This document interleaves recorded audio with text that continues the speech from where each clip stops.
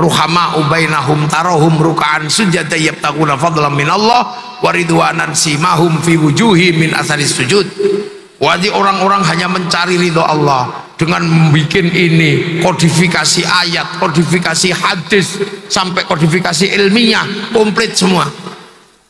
Baru tahapan berikutnya berjalan. Dzalika mathaluhum fit Taurat wa mathaluhum fil Injil kazar'in.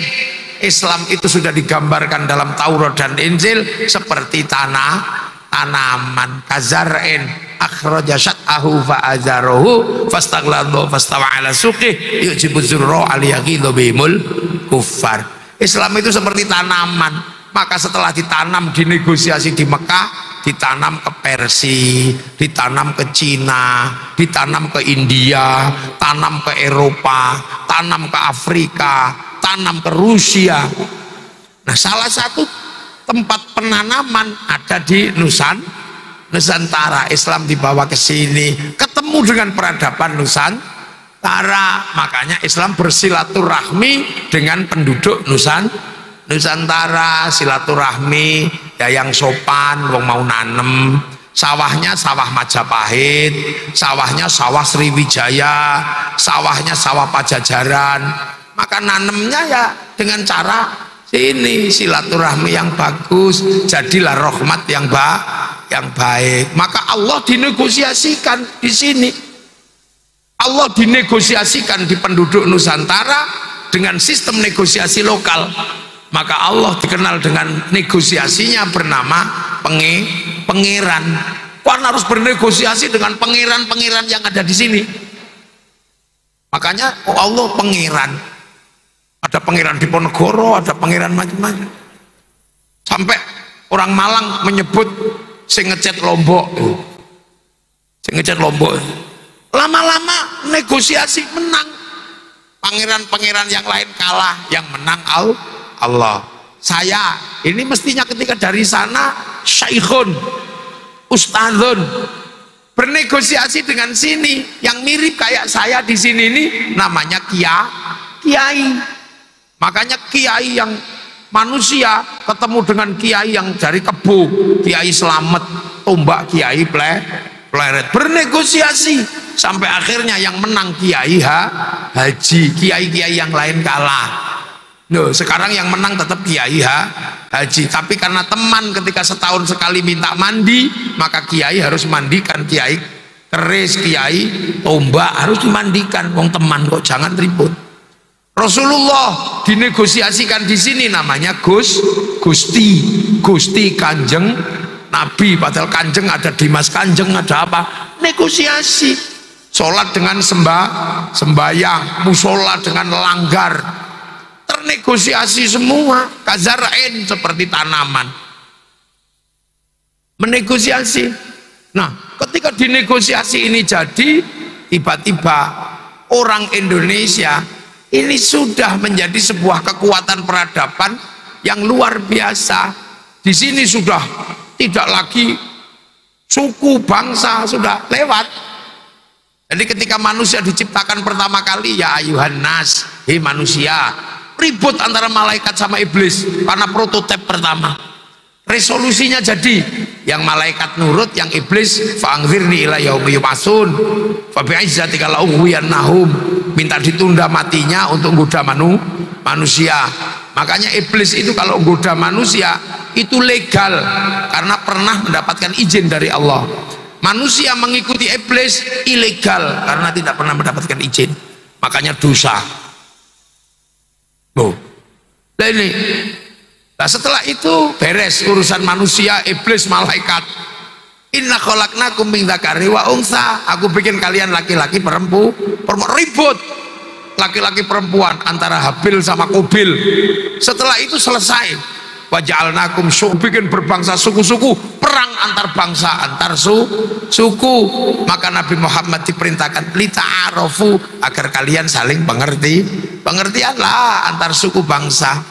Kalau itu sudah kamu lewati fase keributan manusia, keributan laki perempuan, keributan suku, kamu akan sampai kepada tahapan inna akramakum indallahi atqakum. Orang-orang yang mulia adalah orang-orang yang paling bertakwa. Indonesia sudah melewati fase itu. Makanya Indonesia, Nusantara waktu itu sudah apa? Sudah Bhinneka Tunggal Ika, berbeda-beda suku, bangsa, agama, tetap satu jua. Itu tahun 1300-an.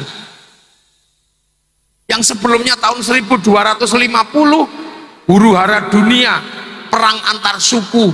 Ada suku pemenang namanya suku Mongol di sana, menangan itu. Orang Arab dihabisi sama orang Mongol, orang Eropa dihabisi sama orang Mongol, orang Cina dihabisi sama orang Mongol. Pimpinannya Genghis Khan.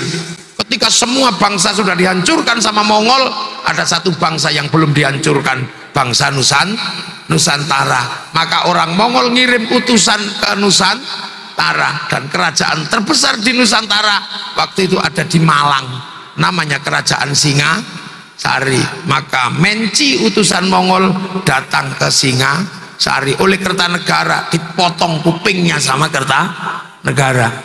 Sehingga akhirnya kemudian Kertanegara melakukan serangan balik kepada Mongolia, ketemu di Selat Malaka, namanya ekspedisi Pamalayu, dan akhirnya Singasari dipimpin Kertanegara mampu menaklukkan Mongolia, bangsa penakluk dunia, takluk dengan bangsa Nusantara. Satu-satunya bangsa yang pernah menaklukkan Mongolia adalah bangsa Nusantara, berasal dari Malang, namanya Singasari.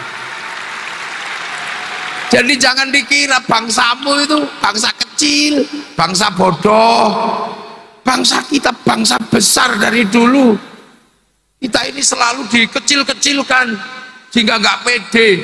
Yang Islam akhirnya nggak pede kalau nggak Arab, yang modern nggak pede kalau nggak Eropa.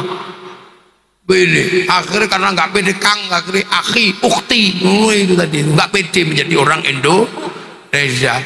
Padahal kita udah menyelesaikan itu. Makanya ketika Islam datang, tidak boleh lagi menggunakan Muslim kafir. Karena apa? Karena orang sini sudah menjadi satu dalam perbedaan, dalam kebersamaan. Maka akhirnya orang-orang yang datang ke sini mengambil sikap persis seperti sikapnya Rasulullah. Rasulullah hanya mengatakan, kalau kamu ketemu manusia yang berbeda suku, beda bangsa, hiduplah saling rukun, saling bertanggung jawab. Rasulullah hanya mengatakan, kullukum ra'in wa kullukum mas'ulun an ra'iyati. Kalian semua adalah ra'iyah, orang yang hidup berbeda-beda tapi saling tanggung jawab. Maka kemudian konsep ra'iyah diadaptasi oleh kaum muslimin untuk hidup bersama bangsa Indonesia. Maka konsep ra'iyah itulah sekarang yang berlaku, yang menjadi rakyat. Rakyat itu konsepnya Rasulullah. Ra'iyah diserap ke bahasa Indonesia menjadi rakyat. Jadi kita bukan people. Kalau people itu vox populi, vox dei, suara mayoritas, suara Tuhan. Begitu dia mayoritas, dia menjadi diktator mayoritas. Kita bukan people. Kalau people, kita bukan komunis. Kalau komunis itu proletar. Ketika dia banyak menjadi diktator proletariat. Kita ini adalah ra'iyah, hidup berbeda-beda tapi saling bertanggung jawab. Dan satu-satunya bangsa muslim dunia yang sanggup mengambil kalimat ra'iyah untuk menyebut warga bangsanya hanya muslim Indonesia. Jadi Anda mau mencari negara paling sunnah, ya Indonesia ini. Makanya ra'iyah itu kalau ngumpul namanya musyarakah, yang diserap ke bahasa kita menjadi masyarakat. Kalau berbeda faham, wasyawirhum fil amri, maka lahir konsep musyawarah. Karena dulu yang nata adalah para wali, maka teritorinya disebut wilayah. Oh ayo, wilayah itu yang akhirnya jadi NKRI, Negara Kesatuan Republik Indonesia. Maka pemimpinnya namanya Majelis Permusyawaratan Rakyat.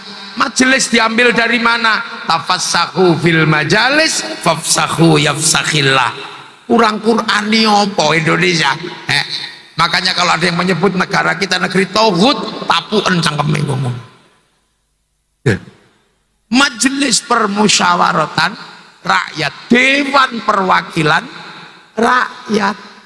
Makanya jangan salah, ketika Islam ketemu dengan peradaban Nusantara, konsep ro'iyah berlaku. Yang kawulo jadi kulo, yang hamba sahaya jadi saya, yang Sunda abdi jadi abdi, yang pukulun jadi ulun. Itu jadi, sehingga hari ini kita mampu menerjemahkan sebuah sistem yang ada, yang pernah dicanangkan oleh Rasulullah. Selamatlah perbedaan di Indonesia, sehingga Arab satu bangsa pecah puluhan negara, Cina satu bangsa pecah puluhan negara, Afrika satu bangsa pecah puluhan negara, kita puluhan bangsa, suku dan agama mampu bersatu dalam satu negara kesatuan Republik Indonesia. Loh, iki jenenge hadza min fadli rabbi ku ya iki. Ini Indonesia. Karena apa? Ya karena wali-wali tadi itu. Nah sekarang orang kuliahan sering digugat. Kenapa yang menyebarkan Islam ke Afrika sahabat, yang ke Eropa panglima perang, kok yang Indonesia wali? Nah ini yang kadang Anda harus paham, kenapa yang ke Indonesia wali, kok bukan saudagar? Karena Indonesia peradabannya adalah Hindu. Hindu itu yang ngomong agama, kasta tertinggi namanya Brahmana, itu kasta tertinggi, itu ngomong agama. Raja, kesatria nggak boleh ngomong agama. Wesya, pegawai nggak boleh ngomong agama. Apalagi sudra, petani pedagang. Petani pedagang tidak boleh ngomong agama.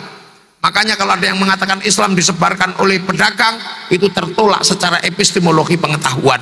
Karena pedagang adalah sudra, yang cocok adalah wali. Karena wali itu adalah kelas kedua setelah Rasul. Dia nggak punya takut apa-apa. La khaufun alaihim walahum yahzanun. Kenapa? Karena mereka tahu programnya dunia. Wali itu tahu program dunia. Dunia itu kan ada programnya.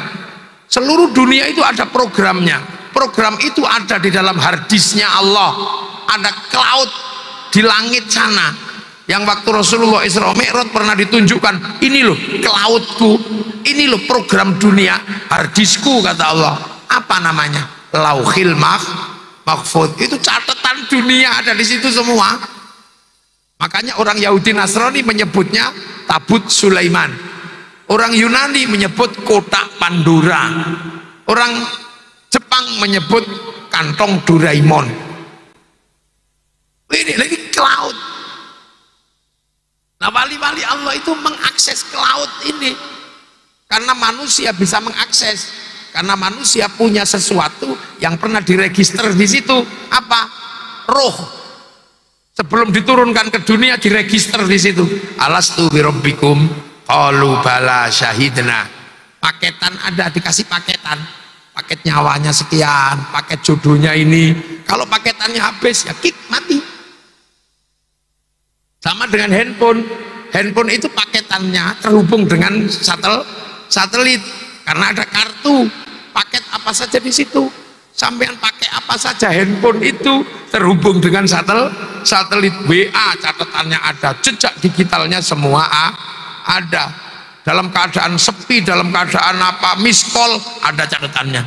Sama dengan manusia, melakukan apapun ada catatannya karena terhubung dengan Lauhil Mahfuz. Makanya manusia kalau mau dimatikan sama malaikat tinggal di Sherlock udah kena, itu di GPS itu.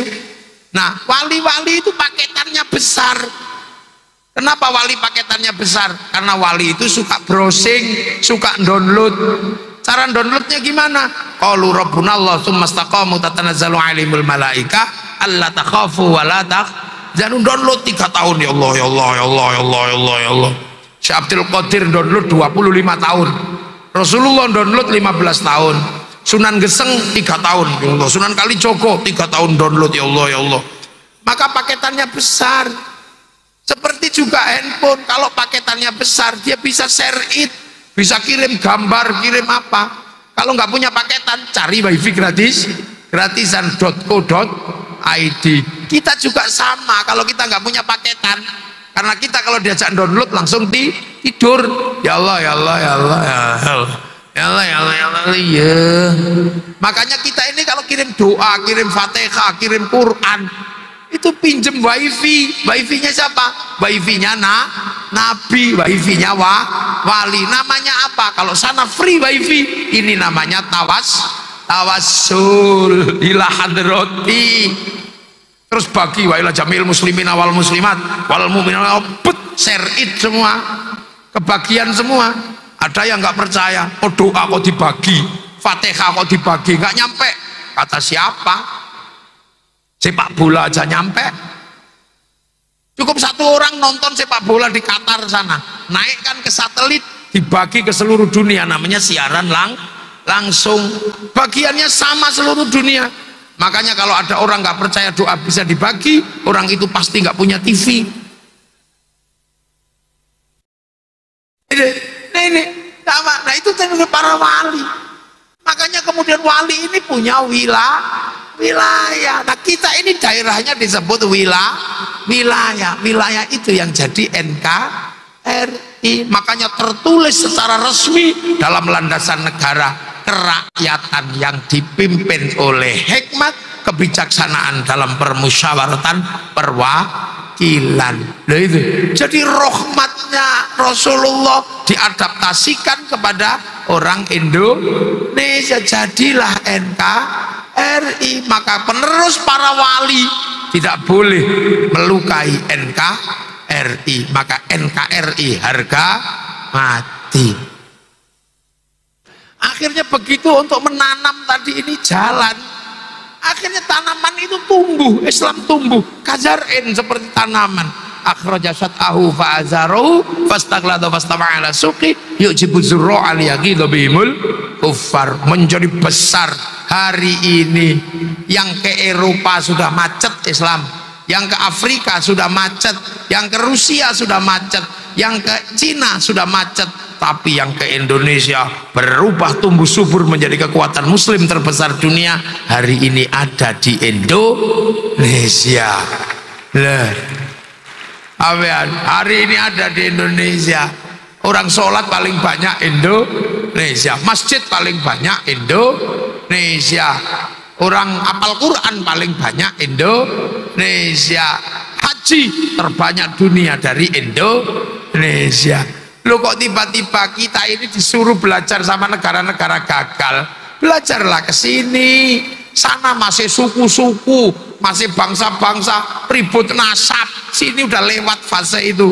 Jadi kiai udah nggak pernah ditanya kamu nasabnya siapa, kamu keturunannya siapa, kamu sukunya apa. Tergantung ketakwaannya masing-masing. Di sana masih meributkan suku, meributkan nasab, meributkan keturunan. Itu bangsa-bangsa yang sudah gagal. Itu terjadi di zaman jahiliyah. Ayo.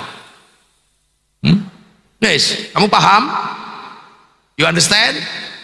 Kita sudah sampai di tahap inna akramakum indallahi atqakum.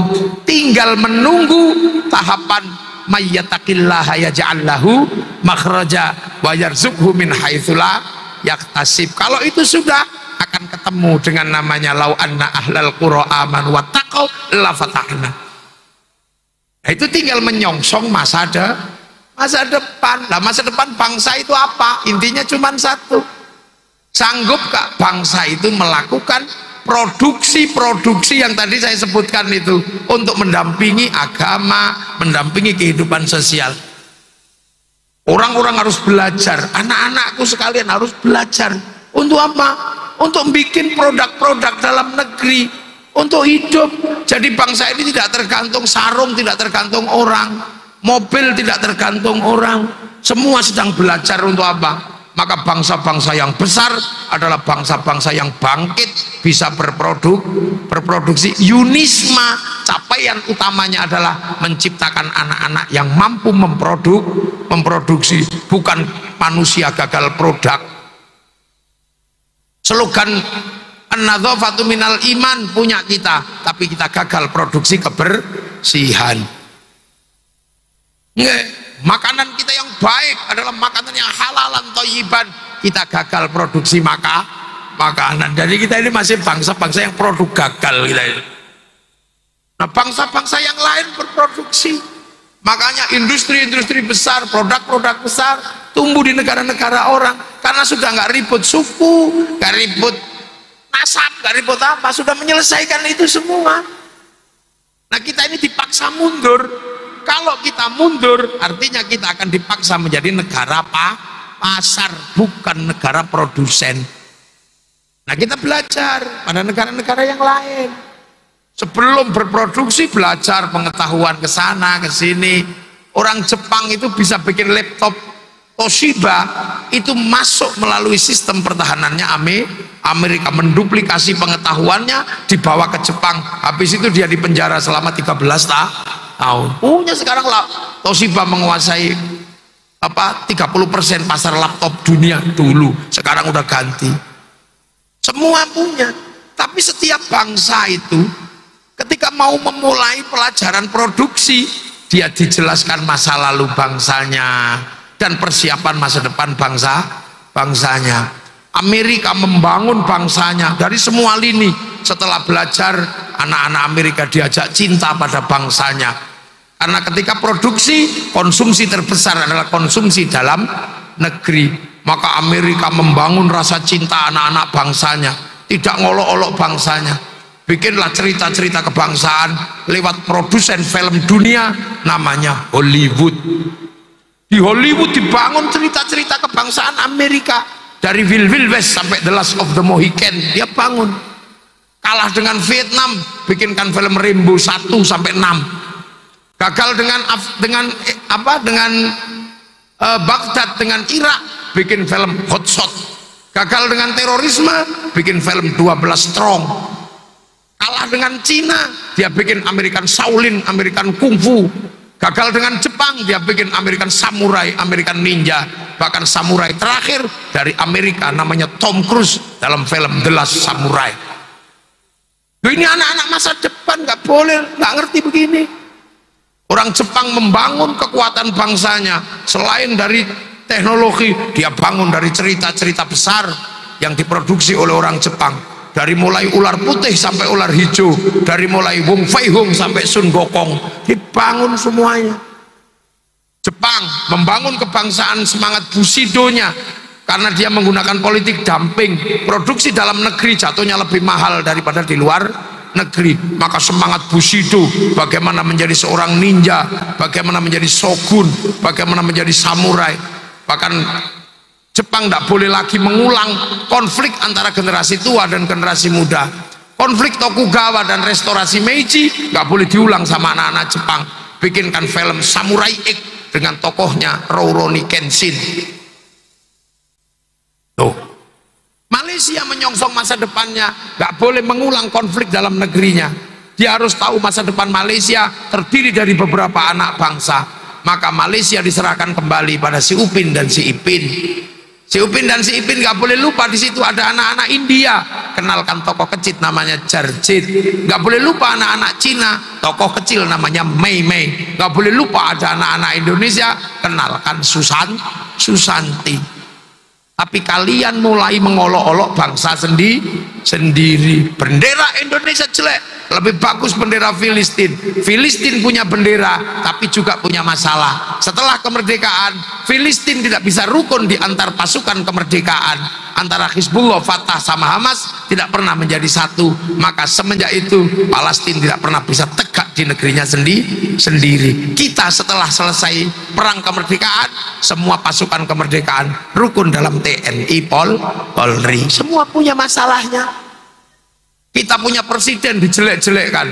Milih presiden itu butuh anggaran besar, butuh anggaran triliunan untuk memilih satu orang. Maka memilih presiden adalah pilihan besar. Tapi begitu presiden terpilih, kita lebih percaya sama Rocky Gerung yang tidak ada yang milih sama sekali. Ini kepala-kepala konslet itu. Kita memilih rektor itu dengan senat, dengan berbagai dinamikanya. Tiba-tiba kita lebih percaya pengkritik Yurisma yang tidak ada yang milih. Aneh.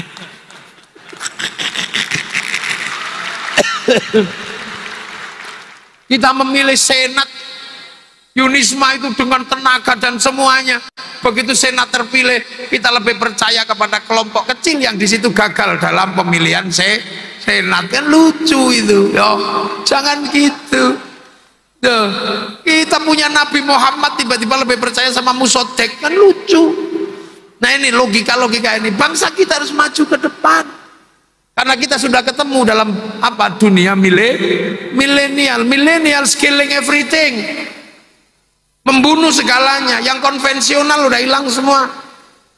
Ya kan? Hilang semua. Mall sebentar lagi juga hilang karena diajar sama bisnis online. Dulu kantor pos habis, sekarang diambil sama WhatsApp karena tidak ada lagi orang nulis surat tapi semua langsung foto. Televisi habis, diambil sama WhatsApp. Media habis, diambil sama Google. Jadi hampir media-media besar, industri-industri besar diambil alih oleh satu kekuatan kecil yang di situ namanya WhatsApp sama Google. Sehingga dalam satu bulan WhatsApp, Google, Facebook mengambil duit dari Indonesia 200 triliun. Sampai harus mikir itu. Persiapkan Indonesia dalam era digital dengan satu catatan, daftarkan huruf Nusantara dalam domain internasional, dalam algoritma internasional. Kenapa Cina berani melawan Amerika? Karena Cina punya huruf yang disepakati dalam domain internasional. Dia lawan namanya Amazon pakai Alibaba, dia lawan Facebook pakai QQ, dia lawan WhatsApp pakai WeChat. Kita nggak bisa melawan apa-apa. Karena apa? Kita nggak punya huruf nasional selain huruf ABCD. Ini baru diperjuangkan. Makanya ketika Pak SBY bikin digitalisasi penduduk, nggak bisa di password karena passwordnya ABCD. Coba kalau kita mendaftarkan huruf Jawa terus di password Hono Coroko Belgedes, itu mungkin bisa. Ini tanggung jawab sampean manusia masa depan. Kita punya perkembangan ke depan yang masih sangat jauh. Bangsa ini harus terus bergerak. Sekarang dunia sedang bergeser dari cerita-cerita tentang Yahudi, dari cerita-cerita tentang Nasrani, sudah bergeser karena apa? Pemilik uang dunia sudah ketemu partner. Yahudi sudah ketemu teman bersama namanya Cina. Yahudi sudah tidak ingin perang, makanya Yahudi ingin dunia damai. Agar apa? Agar serapan industri terserap lebih banyak, karena perdamaian serapannya lebih besar daripada perang. Ketemu dengan Cina, berkolaborasi tahun 2007, 8 triliun dolar digeser dari Bank Devisa New York ke HSBC. Kenapa mereka lebih percaya Cina? Karena Cina sudah nggak ribut agama. Cina kalau Tuhan melarang judi, dia bikin dewa judi. Kalau Tuhan melarang mabuk, dia bikin dewa mabuk. Kalau Tuhan sudah terlalu berkuasa, dinai isun bokong dan Tuhan yang ngungsi. Dunia sudah flat. Pergeseran dunia sebenarnya kapan-kapan tak jelaskan dalam ruang yang lebih serius nanti. Buat jelas satu-satu. Itu panjang. Fa insyaallah Yunisma akan terus bergerak ke depan menjadi bagian dari perubahan Indonesia, generasi emas yang terbuka pikirannya, yang gak dikit-dikit kufar kafir, musyrik. Nah itu tandanya selesai. Kalau sudah ada sirene, udah selesai. Kalau di Jogja ada suara seperti itu tandanya berbuka puasa maghrib. Ya semoga semua ada berkahnya, ada ridho dari Allah, ada manfaatnya. Kita doakan seluruh sivitas akademika Yunisma, terutama Pak Rektor diberi kesehatan ya, sampean semua sampai lulus. Karena sekarang susah, kadang menunggu waktu lulus, tergoda oleh pacaran. Kalau mau menikah, menikahlah, lanjutkan sampai selesai kuliah. Saya sekolah semester 2,5 saya menikah dengan istri saya. Sekarang anaknya banyak dan saya tetap lulus walaupun 20 semester. Mudah-mudahan semua dalam ridha Allah. Assalamualaikum warahmatullahi wabarakatuh.